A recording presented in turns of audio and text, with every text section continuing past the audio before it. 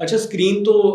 बिल्कुल भी नहीं देनी इसमें, क्योंकि स्क्रीन जब आप बच्चों को देते हैं तो बच्चों के अंदर और ज़्यादा हाइपर एक्टिविटी भी आ जाती है और उनके टेंट्रम्स की जो फ्रीक्वेंसी है वो इंक्रीज़ हो सकती है। अच्छा, सबसे पहले जो पेरेंट्स कर सकते हैं इसमें चीज़ वो ये है कि डायरेक्ट और रीडायरेक्ट वाला मेथड यूज़ करें कि for example, and it can work for the childrens that are lower than the age of 4 years, मतलब 4 इयर्स से पहले वाले जो बच्चे हैं उनके साथ यूज़ कर सकते हैं कि बच्चा अगर टेंट्रम दिखाए तो उसकी डायरेक्शन चेंज करते हैं, रीडायरेक्ट करते हैं। जहाँ पे उसका बिहेवियर आ रहा है आप उसको डिफरेंट रूम में ले जाएं, आप उसको डिफरेंट एक्टिविटी देते हैं ऑन स्पॉट, ताकि उसका जो बेसिकली जिस चीज़ पे वो अड़ा हुआ है, जो जिद कर रहा है, स्टबर्ननेस दिखा रहा है, तो उस चीज़ से वो रीडायरेक्ट होकर कोई और चीज़ कर लेगा। तो बच्चों के साथ ये चीज़ बड़ी वर्क कर सकती है। एज अ पेरेंट आप ये चीज़ कर सकते हैं। और टेंट्रम्स को सबसे पहले पेरेंट्स ये भी कर सकते हैं कि गिव इन ना करें और उस टाइम उस चीज़ को डील करें। एबीसी चार्ट होता है कि हम देखते हैं कि बच्चे का टेंट्रम किस वजह से आ रहा है, उसका एंटीसीडेंट क्या है, उसका बिलीफ क्या है, कॉन्सिक्वेंसेस क्या हैं। तो वो चीज़ को देखें कि किस वजह से बच्चा